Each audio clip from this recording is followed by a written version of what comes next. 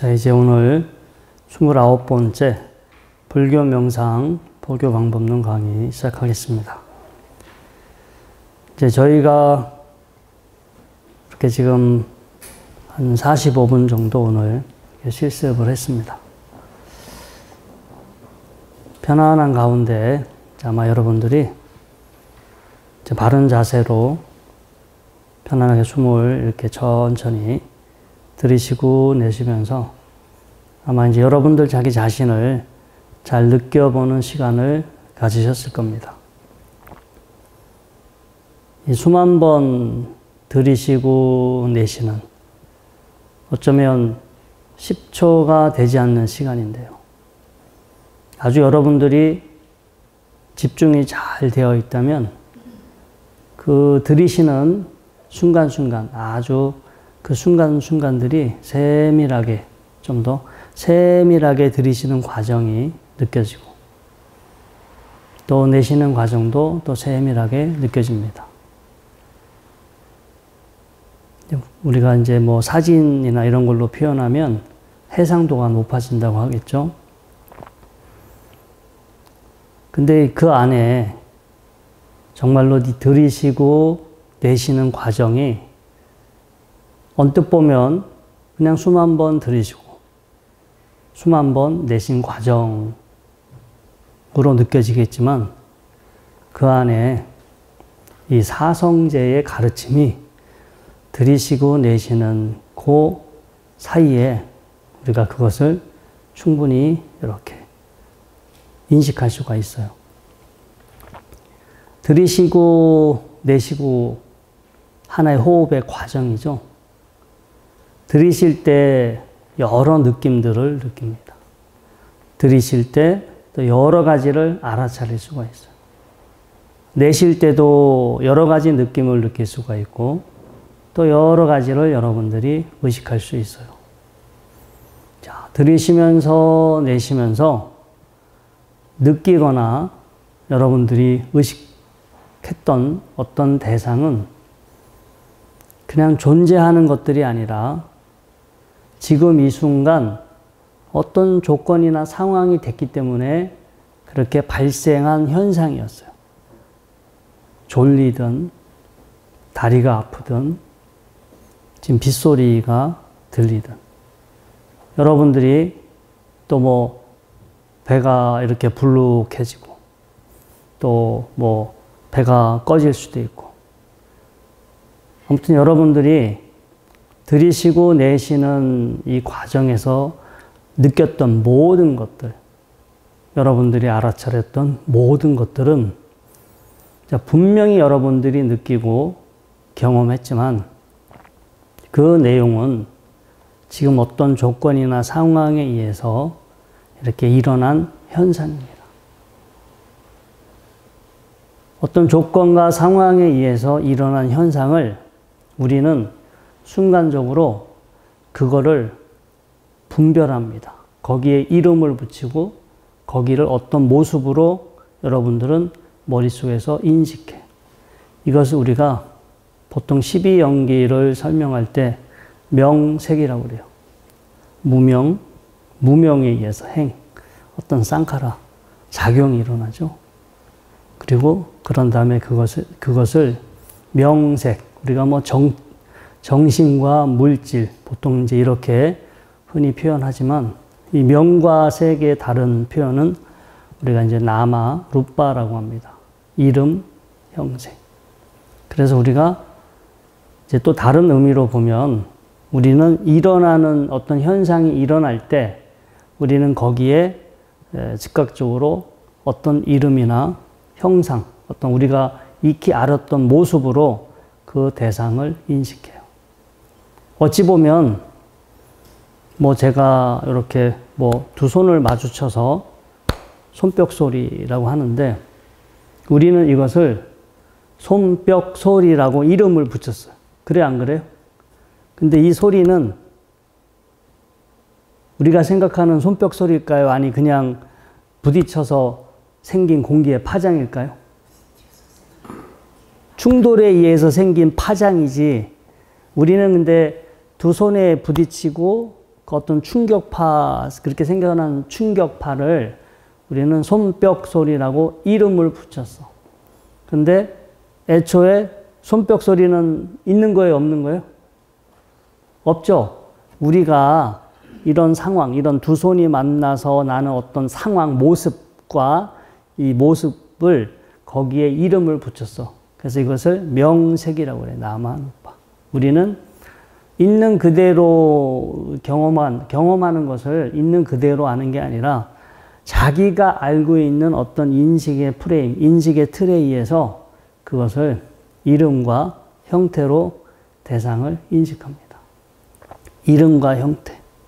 그러다 보니까 예쁜 것도 생기고 추한 것도 생기고 또 그러니까 좋다 나쁘다가 내가 보기 좋은 거, 내가 보기 싫은 거, 내가 듣기 좋은 거, 내가 듣기 싫은 거, 또 내가 느끼기 좋은 거, 내가 느끼기 싫은 거. 이런 게 생겨요, 안 생겨요? 생기지.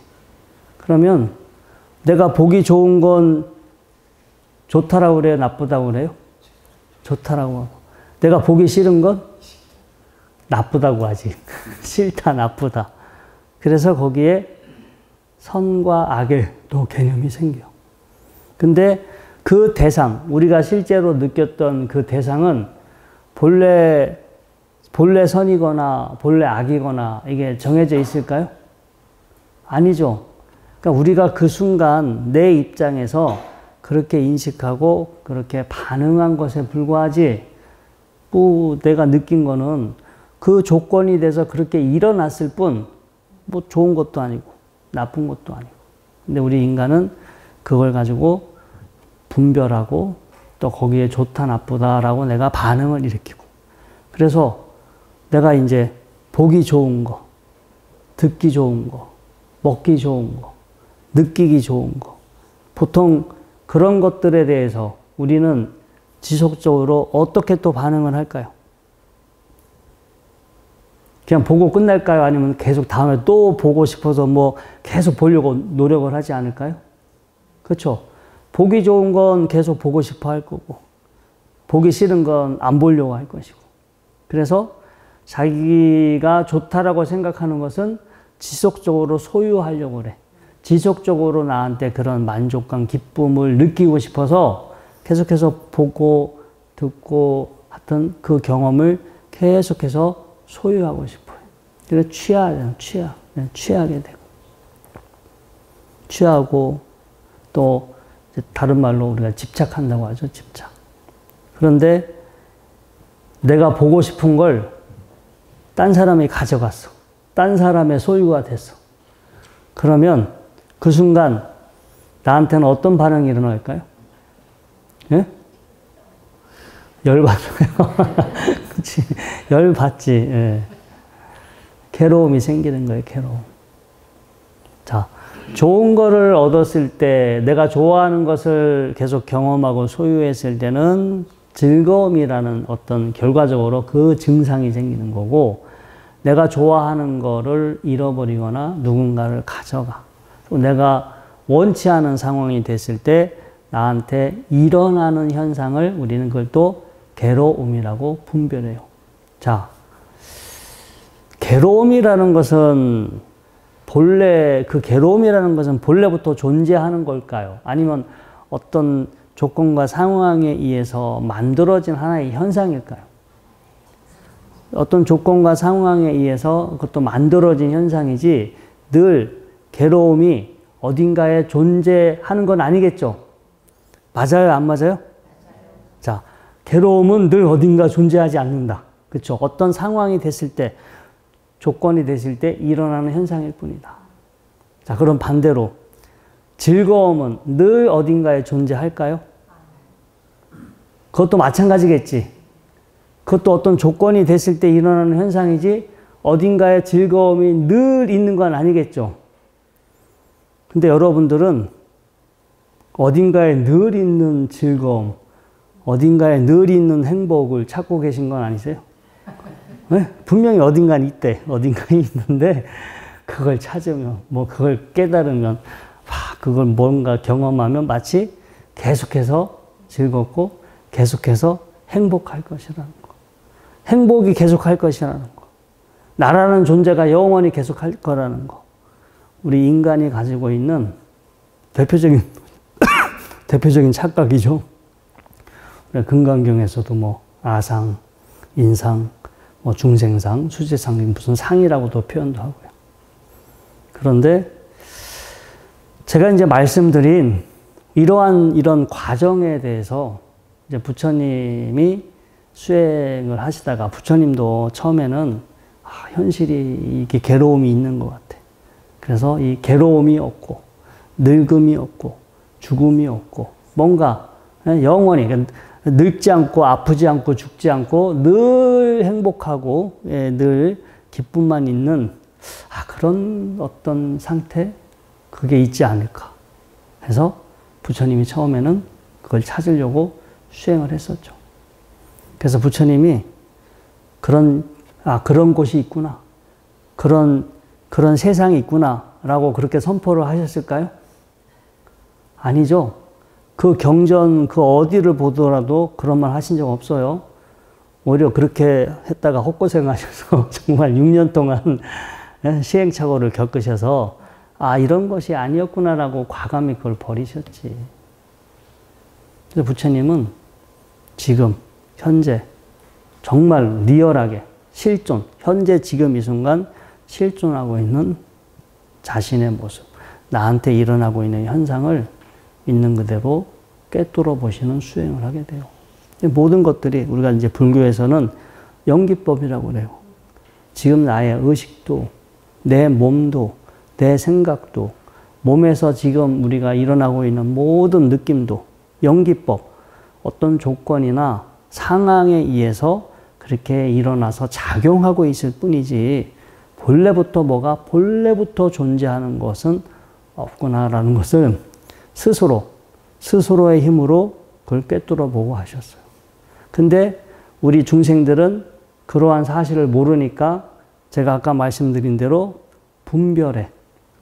내가 알고 있는 개념으로 그 대상을 분별하니까 좋다 나쁘다가 생기고 좋은 건 취하고 또 싫은 건 버리려고 하고 그러다 보니까 괴로움이라는 현상이 생기는 거예요. 즐거움이 생기면 반드시 괴로움이라는 거가 생길 수밖에 없죠. 왜냐하면 즐거움과 반대되는 개념이니까 즐거움이 있다는 얘기는 필연적으로 괴로움이 생길 수밖에 없다는 거. 즐거움이 충족되지 않았을 때는 아무렇지도 않거나 혹은 괴로움이 생기겠죠.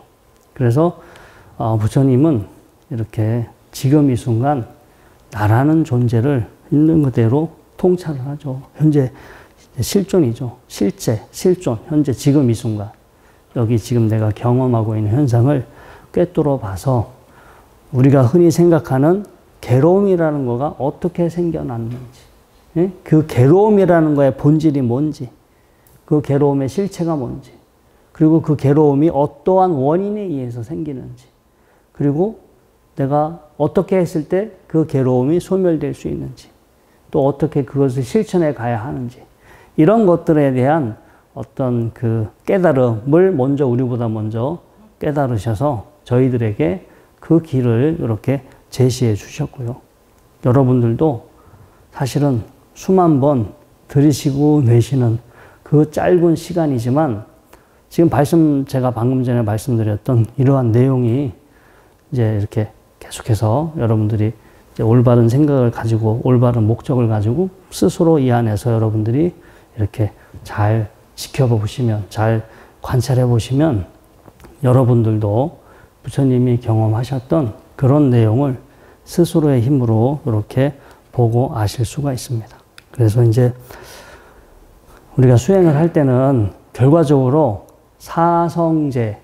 사성제라는 어떤 그러한 전체적인 맥락, 전체적인 큰 틀로 이렇게 다 귀납이 됩니다. 우리가 어떤 수행을 하든 제대로 불교 수행을 한다면 사성제로 귀결될 수밖에 없고 사성제가 아닌 방법으로는 우리가 이제 근원적으로 이 괴로움의 문제를 해결할 수가 없어요. 여러분들은 사성제 들어는 보셨어요? 분명히 들어봤죠? 시험 볼 때 문제 나왔어요? 안 나왔어요? 나왔지? 그러면 그건 중요한 문제야, 안 중요한 문제야? 불교에서 절대적인 문제일까요? 절대적이지 않은 문제일까요?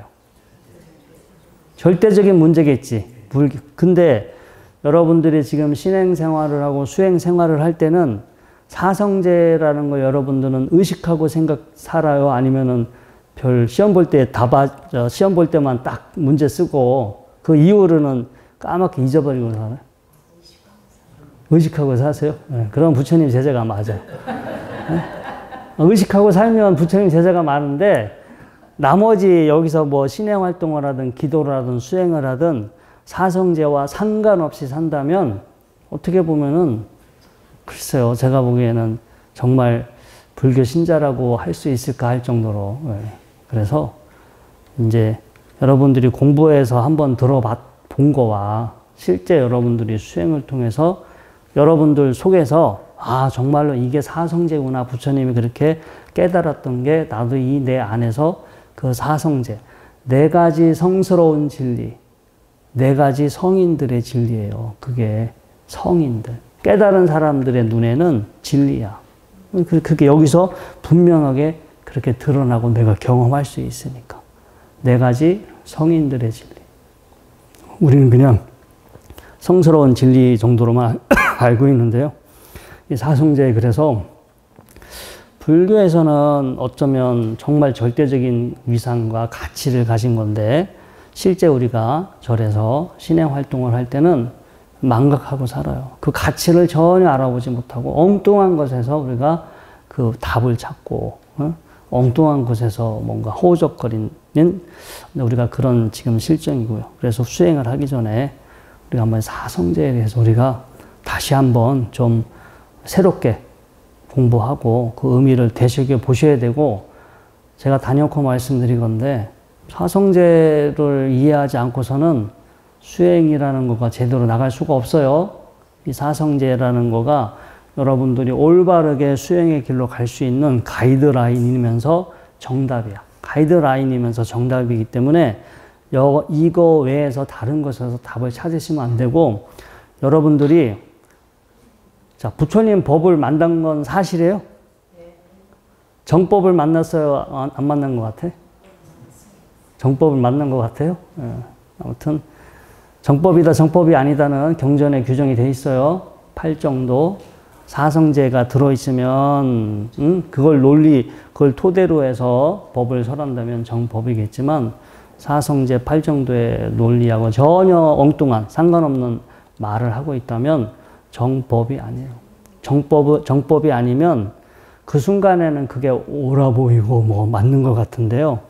정법이 아닌 것들은 시간이 지나면 허망해져요. 열심히 했는데 자기 발전, 성취감이 없어. 정법이 아닌 것들은요, 논리가 없어요. 아무런 논리가 없어. 그냥 맹목적인 믿음, 맹목적인 어떤 열정, 이런 거를 강요하지 그 안에 논리가 없어. 내용도 없어. 열심히 했는데, 열심히 하면 된다더라 했는데, 나중에 해보면 공부한 것도 없고, 남는 것도 없고, 훗날 할 수가 없어. 그동안 그 시간 동안 공부를 제대로 안 했기 때문에, 나중에, 아, 이게 길이 아니다라고 깨달았다 하더라도, 신세 한탄만 하고 있지, 뭘 하지를 못해요. 정말 과보야, 과보. 정법을 여러분들이 하지 않으면.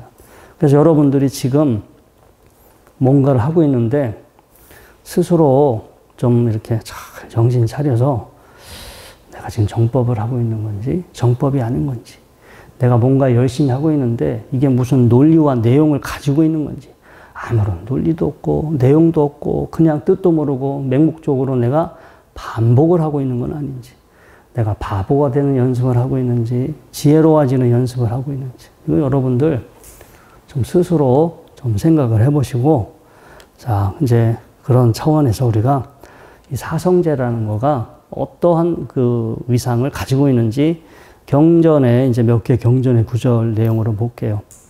자, 대반 열반경에도 나오고 꽃띠가마경에도 이제 나옵니다. 자, 네 가지 성스러운 진리, 혹은 이제 제가 성인들의 진리라고 했죠. 네 가지 성스러운 진리들을 있는 그대로 보지 못했기 때문에 긴 세월을 이생저생으로 치달려왔다. 이제 이 네 가지 진리들을 보았다. 존재로 인도함을 근절하였다. 괴로움의 뿌리를 잘라버렸다. 이제 다시 태어남이란 존재하지 않는다. 이 사성제라는 어떤 그런 진리, 가르침을 알아보지 못했고 그걸 깨닫지 못하고 공부하지 않았기 때문에 헤매는 거예요. 열심히 뭐 바쁘게는 사는데 이 논리를 몰랐기 때문에, 공부하지 않았기 때문에 계속 반복하는 거예요. 살아왔던 어떤 그 틀에서 벗어나지 못하고 계속 쳇바퀴 돌듯 이제 반복하게 되는데, 이 논리를 통해서 현재 내가 어떤 상황에 처해 있는지, 우리가 이제 이 메타인지라고 그래요. 요즘 표현으로 현자 타임, 현실 자각 타임이라고 하는데, 자기 현재 상황에 대한 이 냉철한 인식이 생기겠죠. 자, 그 다음 아카시아 경을 한번 볼게요. 자, 비구들이요, 누가 말하기를 나는 괴로움의 성스러운 진리를 있는 그대로 관통하지 않고, 괴로움의 일어남의 성스러운 진리를 있는 그대로 관통하지 않고, 괴로움의 소멸의 성스러운 진리를 있는 그대로 관통하지 않고, 괴로움의 소멸로 인도하는 도닦음의 성스러운 진리를 있는 그대로 관통하지 않고 바르게 괴로움의 끝을 만들 것이다 라고 한다면 그런 경우란 존재하지 않는다. 그러니까 사성제의 어떤 논리를 꿰뚫지 않고 뭐 내가 이렇게 하면은 뭐 깨달음을 얻을 수 있다. 사실 잘 찾아보면 그런 분들이 너무나 많아. 전혀 사성제하고 상관없이 다 뭐 해가지고 뭘 깨달았다. 내가 뭘 봤다. 뭐 이렇게 주장하는 분들이 많아요. 그분의 입장에서는 깨달음일 수도 있겠으나, 아무튼 괴로움에, 우리가 이제 이 괴로움의 문제를 원만하게 또 궁극적으로 해결할 수 있는 그런 방법은 아니야. 단지 깨달음이야. 깨달았는데 괴로움의 문제도 해결하지 못하고 생로병사의 문제도 해결하지 못한 자기 주관적인 착각일 수도 있어요. 그래서 여러분들이 이런 경전의 구조를 잘 좀 마음에 새기셔서, 누가 깨달았다고 하는데 과연 그분이 이 사성제의 논리를 통해서 깨달음을 말씀하시고 계신지, 사성제와 상관없는 전혀 다른 방법으로 깨달음을 설하고 계신지, 여러분들이 불교 신자인 건 맞긴 맞아요. 불교 신자겠지. 근데 불교 신자라면 부처님 말씀을 의지해야지. 부처님 말씀은 저 제껴놓고 뭐 우리 스승님이 또 우리 스님이 우리 큰 스님이 말한 거가 훨씬 더 그것을 더 높은 경지에 올려놓으시면 안 돼요. 부처님 말씀이 이제 우리가 말세기 때문에 부처님이 살아계셨으면 얼마나 좋겠지만 부처님이 살아계시지 않기 때문에 우리가 마지막으로 우리가 이렇게 의존할 수 있는 건 지금 부처님 말씀밖에 없습니다. 그 다음에 심사빠 숲경, 우리 상유따 니까야죠. 자, 비구들이요, 내가 지금 손에 들고 있는 이 심사빠 잎사귀들과 이 숲 전체에 있는 잎사귀들 가운데 어느 것이 더 많은가? 이 숲 전체에 있는 잎사귀들이 훨씬 더 많습니다. 비구들이요, 그와 같이 내가 최상의 지혜로 안 것들 가운데 내가 가르치지 않은 것들이 훨씬 더 많다. 왜냐하면 그것들은 이익을 주지 못하고 청정 범행의 시작에 이르지 못하게 하고, 염호로 인도하지 못하고, 탐욕의 퇴색으로 인도하지 못하고, 소멸로 인도하지 못하고, 고요함으로 인도하지 못하고, 최상의 지혜로 인도하지 못하고, 바른 깨달음으로 인도하지 못하고, 열반으로 인도하지 못하기 때문이다. 그래서 나는 그것들을 가르치지 않았다. 그러면 나는 무엇을 가르쳤는가? 비구들이요, 나는 이것이 괴로움이다 라고 가르쳤다. 이것이 괴로움의 일어남이다 라고 가르쳤다. 이것이 괴로움의 소멸이라고 가르쳤다. 이것이 괴로움의 소멸로 인도하는 수행법이라고 가르쳤다. 비구들이요, 왜 내가 이것을 가르쳤는가? 자, 이것은 참으로 이익을 주고 청정 범행의 시작에 이르게 하고, 염호로 인도하고, 탐욕의 퇴색으로 인도하고 소멸로 인도하고 고요함으로 인도하고 최상의 지혜로 인도하고 바른 깨달음으로 인도하고 열반으로 인도하기 때문이다. 그래서 나는 그것들을 가르쳤다. 그러니 그대들은 부지런히 4가지 법을 수행해야 한다. 그러니까 부처님이 이제 뭐 많은 거를 이렇게 그 능력으로 알고 계셨지만 이 괴로움을 어떤 청정 범행을 하고 괴로움의 소멸로 이르게 하는 것에 도움이 되지 않는 것들은 굳이 말씀하지 않으셨어요. 부처님이 뭐 중생들이 못 알아먹을 것 같아서 말씀을 안 하신 게 아니라 불필요한 내용이기 때문에. 꼭 정말로 중요한 것은 우리가 이제 우리 기초교리 시간에 배웠던 이 사성제야말로 우리에게 이익을 줘. 여러분들 이 사성제라는 것을 정말로 제대로 이해하고 그걸 실천하시면 여러분들은 1년, 2년 그걸 실천하는 만큼 공부하는 만큼 여러분들이 분명히 달라져요. 여러분들이 변합니다. 그런데 이런 사성제의 논리가 아닌 다른 방법을 가지고 하면 뭐 어디 가서 뭘 자격증을 따고 뭐 어디 가서 내가 뭐가 되고 뭐 몇 년을 했다 하더라도 안 변해. 똑같아. 뭐 겉으로 여러분들이 스펙이 늘어날지는 모르지만 사람이 달라지지가 않아요. 나이 먹으면 지금은 젊어서 활동하니까 뭐 그게 크게 여러분들한테 실감나지 않는 문제지만 여러분들이 이제 더 나이를 먹어가게 되면 분명히 여러분들이 살았던 지금 삶의 흔적은 여러분들한테 과보로 반드시 작용할 거예요. 그래서 이런 문제의식이나 이런 것들을 여러분들이 좀 지혜가 있어서 좀 이런 것들에 대한 현실적인 자각을 하신다면 어서 빨리, 시간이 없어요. 지금 남아있는 시간이 이렇게 그나마 움직여서 이렇게 좀 돌아다니고 움직이면서 활동할 수 있는 시간에 여러분들 여기서 공부하셔야지 이 시간에 엉뚱한 거 가서 막 이렇게 하고 돌아다니고 정말 해야 될 거를 안 해버리면 나중에 하려고 하면 안 돼요. 이게 뇌의 기능이라든가 몸의 기능이 그렇게 여러 가지 공부할 수 있게끔 세팅이 되지 않아서. 그러니까 제가 예전에 1학기 때 제가 1만 시간의 법칙 그 영상을 제가 보여드린 적이 있어요. 무언가를 뭔가 해서 내가 그 수준에 어느 정도의 그 수준에 오르려면 1만 시간의 어떤 그것도 그냥 시간이 아니라 진지하게 이렇게 진지하게 자기가 기획해서 몰입한 시간이 노력한 시간이 1만 시간이 되어야 돼요. 그럼 여러분들이 지금 여기서 1만 시간 채우려면 얼마가 걸리겠어요? 네?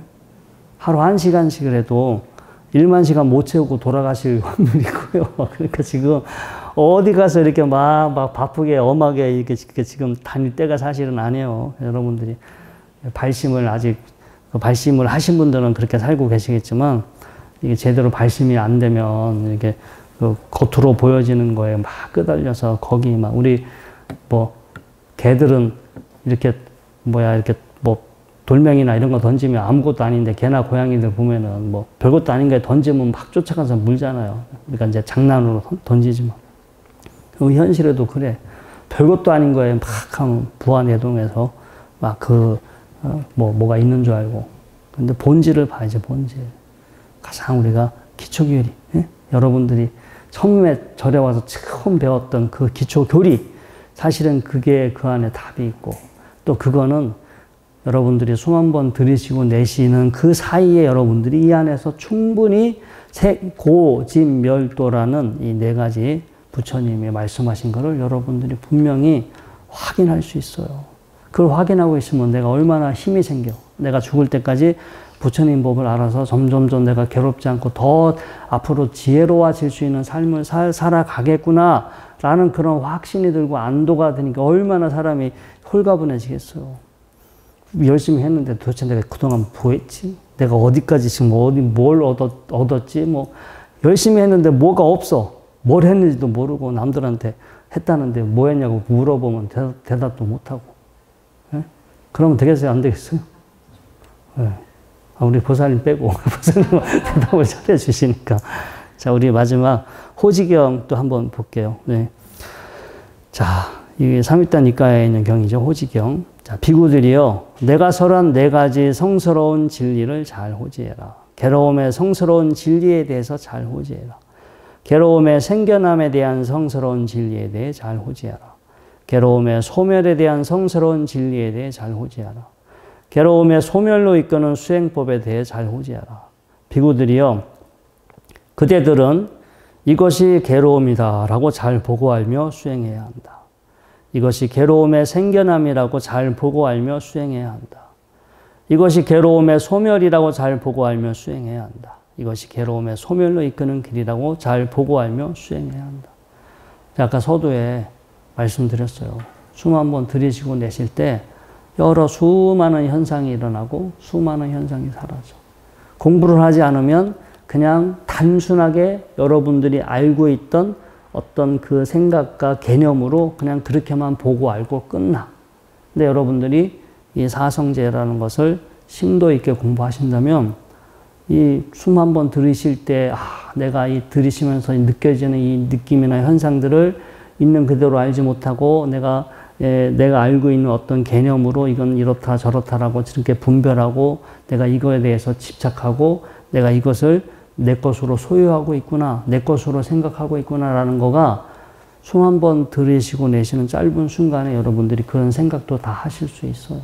그래서 이건 단지 조건에 의해서, 상황에 의해서 일어난 현상이지 나도 아니고 내 것도 아니고 단지 조건적으로 작용하고 있는 현상이다라고 늘 그렇게 보고 거기에 여러분들이 내 것으로 간주하지 않고 거기에 마음이 머물지 않고 거기에 마음이 여러분들이 동요하지 않는다면 여러분들은 이제 더 이상 흔들림이 없잖아요. 이건 나도 아니고 내 것도 아니고 그 대상에 여러분들이 동요하지 않고 흔들림이 없다면 거기에 괴로움이 있겠어요? 없겠어요? 없겠지. 그러니까 내용을 가지고 공부하시면 공부할 때 얼마나 분명하고 좋아. 근데 열심히 하면은 뭐가 된다다. 이거 복권 사는 거하고 똑같아. 일주일에 복권 담청자가 15명씩 나와요, 평균. 그래서 담청자가 없는 건 아니야. 그러니까 야 봐라. 일주일에 15명씩 나오니까 언제 사라. 너도 언젠간 복권이 당첨될 거야. 여러분들 당첨될 수 있어요, 없어요? 모르는데 여러분들이 당첨될 확률은요. 죽을 때까지 교통사고 날 확률보다 훨씬 10배나 100배나 적어요. 여러분들한테는 지금 복권을 사도 죽을 때까지 전혀 당첨되지 않을 확률이 99%예요. 죽을 때까지 당첨되지 않을 확률이 99.9%. 그런데 그렇다고 아닌 건 아니야. 왜냐면 매주 15명씩 나오니까 그것만 믿고 나도 분명히 언젠간 될 거야 라고 하면은 진짜 그거는 뭔가 우연이겠죠. 우연. 우리가 깨달음도 그렇게 접근해서는 안 돼요. 분명한 내용을 가지고 차근차근 내가 연습을 해가셔야지. 자, 코끼리 발자국 비유경 맞지마니까에 있어요. 사리불 존자께서 하신 말씀입니다. 도반들이여, 예를 들면 움직이는 생명들의 발자국은 그 어떤 것이든 모두 코끼리의 발자국 안에 놓이고 또한 코끼리의 발자국이야말로 그들 가운데 최상이라고 불리나니 그것은 크기가 크기 때문입니다. 도반들이여, 마찬가지로 모든 유익한 법은 그 어떤 것이든 모두 4가지 성스러운 진리, 사성제에 포함이 됩니다. 자, 사성제는요, 제가 아까도 말씀드렸어요. 4가지 성스러운 진리, 혹은 4가지 성인들의 진리, 성인이 되는 진리가 바로 사성제입니다. 사성제. 자, 사성제는 불교의 정체성이고 불교의 본질이며 불교가 무엇을 추구하는지 명확히 밝히고 있어요. 한국에서는 뭐 유불선이 하나다, 뭐 예전부터 이런 개념이 많이 그렇게 알고 있었어요. 유교, 불교, 도교가 하나다. 자, 여러분들, 유교, 불교, 도교는 본래 하나일까요? 아니면 엄연히 다른 종교일까요? 그게 상식적으로 본래 하나면은 종교가 3개가 생길 필요가 없겠지. 그렇지 않아요? 근데 많은 사람들은 마치 유교, 불교, 도교가 하나인 것처럼 생각해요. 큰 스님들도 그렇게 말씀하신 분이 많았어요. 근데 그거는 중국하고 한국 얘기예요. 다른 나라에서는 그렇게 생각하지 않아요. 왜냐하면 우리가 중국의 영향을 받았기 때문에. 불교가 중국에 갔을 때 중국 사람들은 자기들이 생각했던 사유 구조를, 사유의 틀에서 불교를 바라봤기 때문에 이 중국 사람 그 옛날 우리 위진남북조 시대 불교가 이제 들어와서 뭐 우리 달마대사가 뭐 와서 양무제 만났다고 하잖아요. 근데 그 양무제가 살았던 시대에 우리 또 저 삼국지의 배경이 되는 어떤 뭐 오나라 무슨 나라 있었죠. 그런 그 시대가 우리가 위진남북조 시대잖아요. 조조, 유비, 관우 뭐 나오던 그 시절. 근데 그때 이미 불교가 있었어요. 그 전에 불교가 들어와 있었고, 그때 중국에서 가장 유행하던 사상이 청담, 현학 사상. 여러분들이 그 뭐 중국 사상자, 중국 철학자, 중국 불교사를 보더라도 분명히 역사적으로 그렇게 정리가 돼 있어요. 근데 청담, 현학 사상. 불교든 도교가 됐든 뭐가 됐든 현학. 야, 이게 뭔가는 있어. 근데 말로 표현할 수 없어. 뭔가는 있지만 한이 없어. 경계가 없어. 텅 비었어. 뭐 이런 말 들어봤어? 안 들어봤어요? 이제 그런 것들이 그때 가장 치성했어요. 가장 그때 중국 전역에 그런 청담 현학 사상이 되게 이제 많이 중국 전체적으로 이렇게 유포가 됐었는데, 그게 버전이, 불교 버전이 생기고, 유교 버전이 생기고, 도교 버전이 생겨. 훗날 이제 마치 다른 이렇게 종교인 것처럼 이렇게 생각하나, 우리가 그 틀에서 벗어나지 못하고 그 개념에서 불교를 해석하고 불교를 이렇게 인식하고 했기 때문에 시간이 지나서 보면 다 같은 말이지. 표현만 다르지. 근데 애초에 그 시작할 때부터 불교를 인식하고 해석할 때 이미 우리가 그걸 격이불교라고 그래요. 격이불교. 중국 사람들 자기들이 생각했던 사유의 틀에 맞춰서 불교를 해석해 버렸기 때문에 이미 중국에서 불교가 중국화되면서 유교, 불교, 도교가 사실은 그냥 거의 같은 맛이 돼버리게 됩니다. 자, 아무튼 불교와 다른 종교, 힌두교나 자이나교, 도교, 분명히 다른 종교고요. 이 다른 종교와 불교를 우리가 구분할 때 사성제, 사성제의 논리 구조를 가지고 있느냐? 그렇지 않냐. 사성제하고 상관없이 그냥 깨달으면 끝이다. 뭐 이거와 상관없이 뭐 깨닫는다. 이렇게 말한다면 여러분들이 한번 또 다시 한번 생각해 보시길 바라고요. 사성제는요, 괴로움에, 사성제를 이해할 때 첫걸음이 괴로움이라는 거예요. 여러분들이 지금 사실은 명상 왜 하러 오셨어요? 뭐 이렇게 사는 거가 재미없어서, 심심해서 오셨어요? 아니면은 뭔가 이유가 있겠지. 갑자기 할 일이 없어가지고 그냥 여기 가서 시간이나 보내볼까. 사실 그것도 괴로움이지. 뭔가가 아직 여러분들이 부족함, 결핍 있어. 뭔가가 이제 뭐 채워지지 않는 거. 뭔가가 이제 부족함, 결핍, 욕구 뭐 이런 것들이 있어서 이제 여러분들이 이렇게 불교 공부를, 명상 공부를 하러 오셨는데, 전체적으로 보면 괴로움이야, 불만족. 뭔가 지금 삶이 아직은 만족스럽지 않아. 여러분들은 지금 삶이 100% 만족스러워요? 100% 만족스러운 사람들은 여기 안 왔어요. 자기 삶을 살지. 그냥 뭐 굳이 여기 올 필요가 없지. 100% 현재의 삶에 만족하는데 굳이 뭐 더 힘들게 이런 걸 왜 공부할 필요가 있겠어요. 근데 뭔가가 이건 아닌 것 같아. 이건 아닌 것 같고, 뭔가가 이거보다 좀 더 나은, 이거보다 이제 나를 좀 괴롭지 않고 더 편안하게 해줄 수 있는 방법이 없을까 해서 여러분들이 공부를 하러 오신 거죠. 그래서 우리가 이렇게 수행을 할 때 이제 가장 첫 번째, 이게 수행의 목적과도 해당되는 거예요. 수행의 목적. 내가 수행을 왜 할까? 근데 수행을 왜 할까라고 생각해 보면 뭔가 불만족해. 현실에 대한 불만족, 현실에 대한 불안, 불확실, 뭔가가 이런 것들 때문에 이런 것들을 좀 해소하고 싶고, 이런 것들에 내가 흔들리지 않았으면 좋겠어. 이런 생각을 가지고 우리가 불교 공부, 수행을 시작하게 되죠. 전체적으로 그런 불만족, 불안, 뭐 이런 상황을 우리가 흔히 이 괴로움이다라고 한문으로 이제 괴로울 고자라고 표현했지만, 한 가지 의미로 해석할 수는 없고요. 여러 가지 그런 큰 의미를 가지고 있습니다.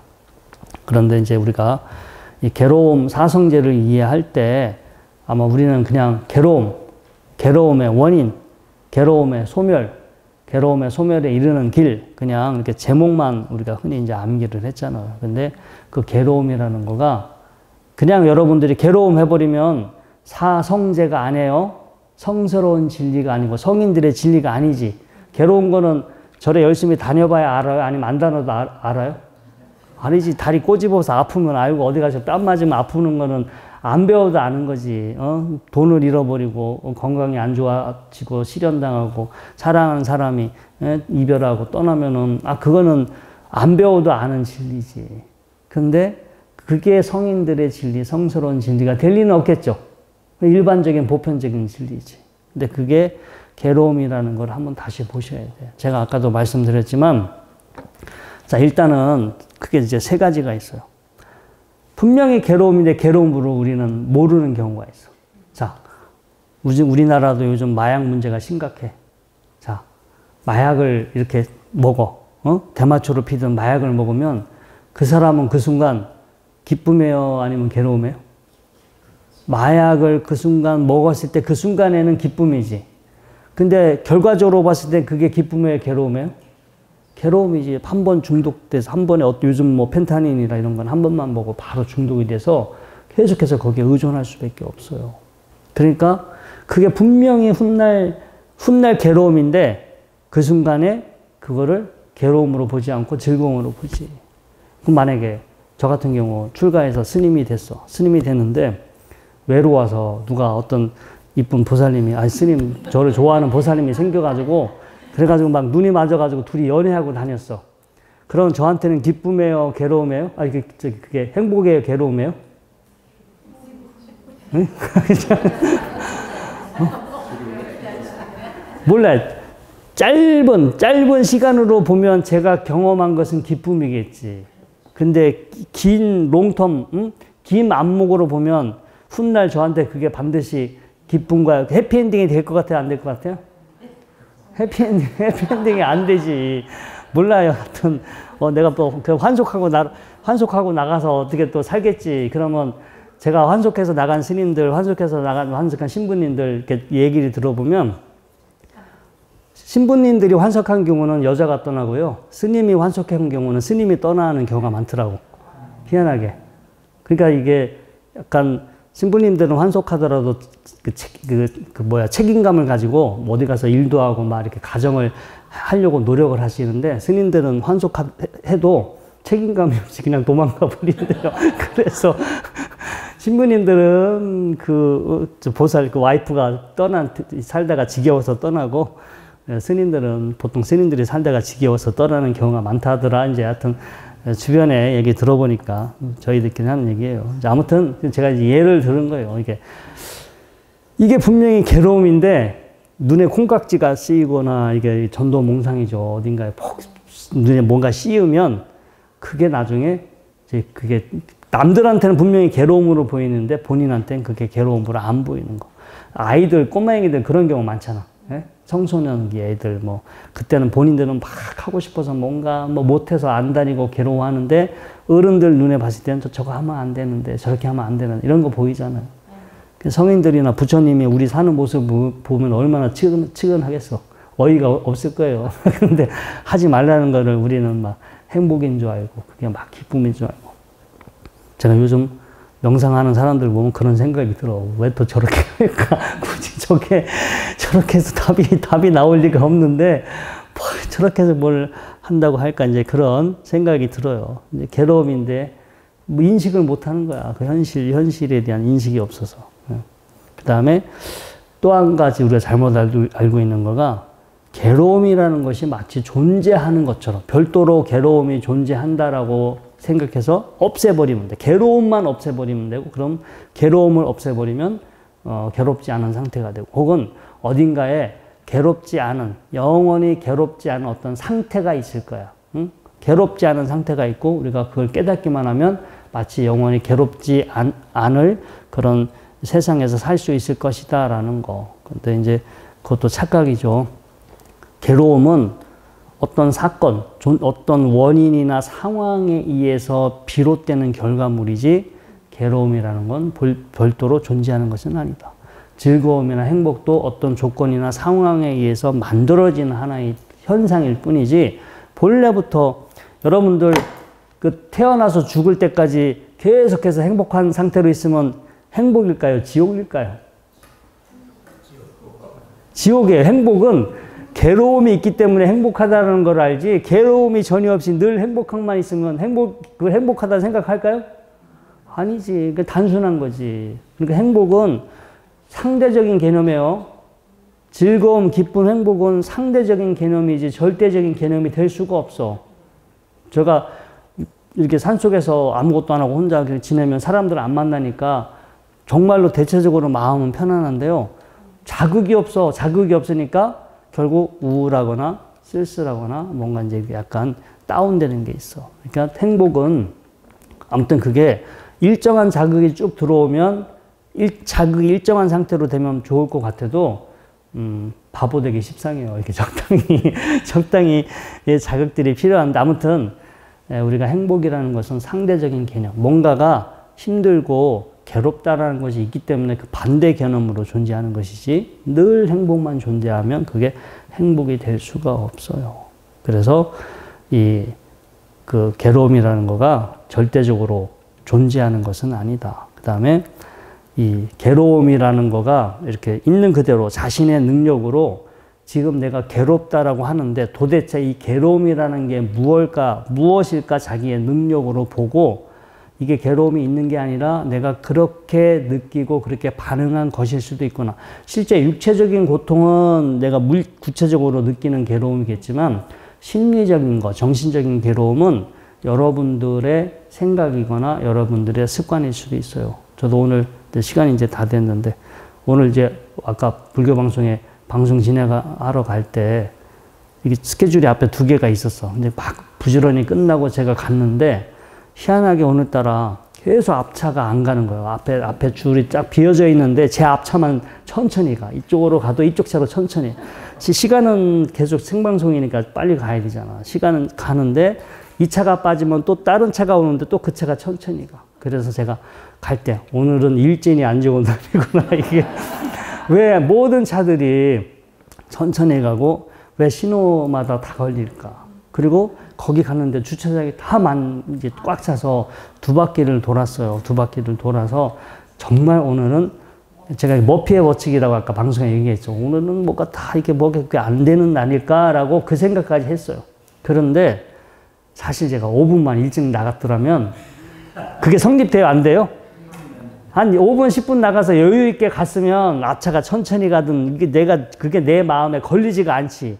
내가 늦게 나가는 바람에 빨리 가야 되는데 빨리 간다는 생각 때문에 다른 차들이 천천히 간다고 저한테 그렇게 인식된 것이지 그 차에 잘못은 없고 제가 오늘 되게 일진이 나쁜 날도 아니었어요. 그건 제가 그렇게 생각한 거지 실제 그런 것은 아니다. 근데 괴로움도 마찬가지로 우리가 이제 그렇게 내 마음에 안 들어서 나 중심적으로 바라보다 보니까 그런 문제가 생기는 거지 이건 나야, 내 거야, 내 중심적인 사고를 내려놓는 순간 그런 것들이 의미가 없어질 수도 있습니다. 오늘은 여기까지 하도록 하겠습니다.